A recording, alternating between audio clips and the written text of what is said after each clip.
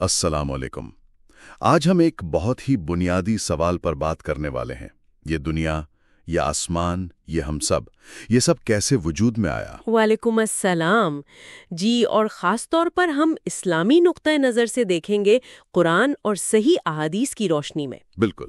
مقصد یہ ہے کہ ان ذرائع میں جو تخلیق کا ایک پورا سفر بیان ہوا ہے، اس کا ایک گہرائی میں جائزہ لیا جائے۔ جی، جیسے سورت ہود ہے، سورت الملک اور صحیح بخاری کی روایات، ان میں جو مراحل بتائے گئے ہیں ان کو سمجھنے کی کوشش کریں گے۔ تو پھر چلیں بالکل شروع سے شروع کرتے ہیں۔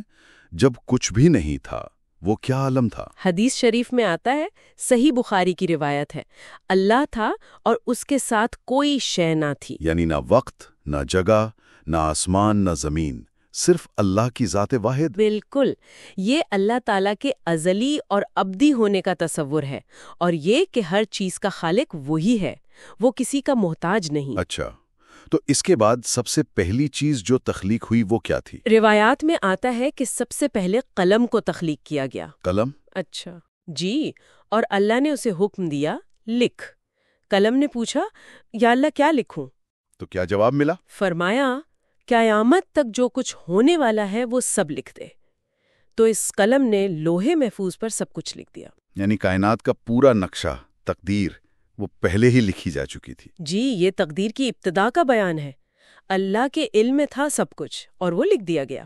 اس پر اکثر یہ سوال ذہن میں آتا ہے کہ اگر سب کچھ لکھا جا چکا ہے تو پھر ہماری کوشش، ہماری دعا، ہمارے عمل کی کیا حیثیت ہے؟ بہت اہم نقطہ ہے۔ دیکھیں، تقدیر کا لکھا جانا اللہ کے علم کامل کا اظہار ہے، لیکن ساتھ ہی ہمیں ارادہ اور اختیار بھی دیا گیا ہے۔ اچھا، ہمیں نہیں معلوم کیا لکھا ہے، ہمیں تو حکم ہے کوشش کرنے کا، دعا مانگنے کا، صحیح عمل کرنے کا۔ آزمائش اسی میں ہے۔ صحیح، یعنی علم الہی اور انسانی اختیار دونوں اپنی اپنی جگہ حقیقت ہیں۔ بالکل، یہ ایک توازن ہے۔ قلم کے بعد اگلا ذکر کس چیز کا ملتا ہے؟ پھر اللہ تعالیٰ نے اپنا عظیم عرش تخلیق فرمایا، اور قرآن میں آتا ہے سورت ہود میں، وَكَانَ عَرْشُهُ عَلَى الْمَاءِ، اور اس کا عرش پانی پر تھا۔ اس کا کیا مطلب لیا جاتا؟ یہ پانی کیا تھا؟ اس پانی کی نوعیت اللہ ہی بہتر جانتا ہے۔ بعض مفسرین کہتے ہیں کہ یہ تخلیق کائنات سے پہلے کی ایک حالت تھی۔ عرش کا پانی پر ہونا اللہ کی قدرت کاملہ اور حاکمیت کی نشانی ہے، جو آسمان و زمین بننے سے بھی پہلے قائم تھی۔ گویا ایک لامحدود طاقت اور اختیار کا اظہار۔ جی ہاں، وہ محض کوئی بیٹھنے کی جگہ یا تخت نہیں، بلکہ اللہ کی حاکمیت اعلیٰ کا مرکز ہے۔ پھر مرحلہ آیا آسمانوں اور زمین کی تخلیق کا، 6 دنوں میں۔ جی، قرآن پاک میں بار بار اس کا ذکر ہے، 6 ایام یعنی 6 دن۔ لیکن یہ 6 دن ہمارے 24 گھنٹے والے دن تو نہیں ہو سکتے۔ نہیں، بالکل نہیں۔ یہ ایام سے مراد طویل ادوار یا مراحل ہیں۔ ان کی اصل لمبائی کیا تھی، یہ اللہ کے علم میں ہے۔ تو ان 6 دنوں میں کیا کیا بنا؟ مطلب ترتیب کیا تھی؟ پہلے زمین بنی، پھر اس میں پہاڑ، نباتات یعنی پودے وغیرہ اگائے گئے، پھر آسمانوں کو بنایا گیا، انہیں سجایا گیا سورج، چاند، ستاروں سے۔ ہر چیز ایک ترتیب سے، ایک نظام کے تحت۔ جی بالکل، ایک منظم بامقصد تخلیق۔ ہر چیز میں ایک حکمت نظر آتی ہے۔ انسان کی تخلیق سے پہلے کیا اور مخلوقات بھی بن چکی تھی؟ جی ہاں، فرشتوں کا ذکر ملتا ہے جو نور سے پیدا کیے گئے، وہ اللہ کے بے حد فرما بردار ہیں۔ اور جنات؟ اور جنات جو آگ کے شعلے سے بنے، ان میں اختیار تھا، اچھے بھی برے بھی۔ اور ابلیس؟ وہ بھی جنات میں سے تھا۔ جی، وہ جنات میں سے ہی تھا۔ اس کا ذکر آگے آئے گا جب حضرت آدم علیہ السلام کی تخلیق کا مرحلہ آتا ہے۔ تو پھر وہ مرحلہ آیا، پہلے انسان کی تخلیق، حضرت آدم۔ جی، اللہ تعالیٰ نے، جیسا کہ قرآن میں اور احادیث میں تفصیل ملتی ہے، اپنے ہاتھ سے مٹی لی، اس سے آدم کا پتلا بنایا۔ اپنے ہاتھ سے، یہ خاص بات ہے۔ جی، یہ انسان کی تکریم کو ظاہر کرتا ہے۔ پھر اس پیکر میں اللہ نے اپنی طرف سے روح پھونکی، یعنی انسان مٹی اور روح کا مجموعہ ہے، مادی بھی، روحانی بھی۔ بالکل، زمینی بھی، آسمانی بھی۔ پھر جب تخلیق مکمل ہوئی تو اللہ نے فرشتوں کو حکم دیا۔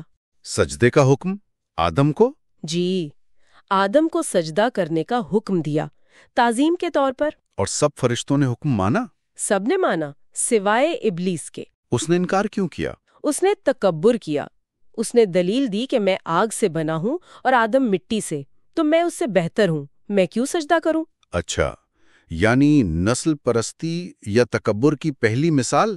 کہہ سکتے ہیں یہی تکبر اور نافرمانی اس کے راندہ درگاہ ہونے کا سبب بنی، وہ شیطان بن گیا۔ اور پھر اسی شیطان نے آدم اور ہوا کو جنت میں بہکایا؟ جی، اس نے انہیں منع کیے گئے درخت کا پھل کھانے پر اکسایا، جس کے نتیجے میں انہیں جنت سے زمین پر اتار دیا گیا۔ بالکل، اور یہیں سے اصل میں زمین پر انسانی زندگی کی آزمائش کا باقاعدہ آغاز ہوا۔ تو یہ جو پوری کہانی ہے تخلیق کی، اس کا لب لباب کیا ہے؟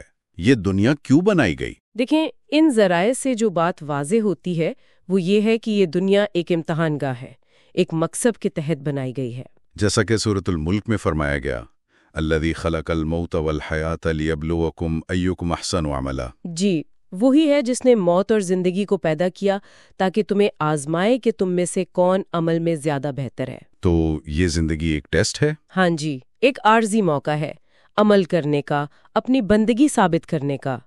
اصل زندگی، ہمیشہ کی زندگی، وہ تو آخرت کی ہے۔ گویا یہ ساری کائنات، یہ تخلیق کے مراحل، یہ سب ہمیں یاد دلاتے ہیں کہ ہماری زندگی کا ایک بڑا مقصد ہے۔ بالکل، ہم یہاں یوں ہی نہیں بھیجے گئے، ایک ذمہ داری ہے ہم پر۔ تو آخر میں ایک سوال ذہن میں آتا ہے، اگر یہ زندگی ان ذرائع کی روشنی میں ایک امتحان ہے اور مقصد بہترین عمل ہے، جی، تو روزمرہ کی زندگی میں یہ بہترین عمل کیا ہو سکتا ہے؟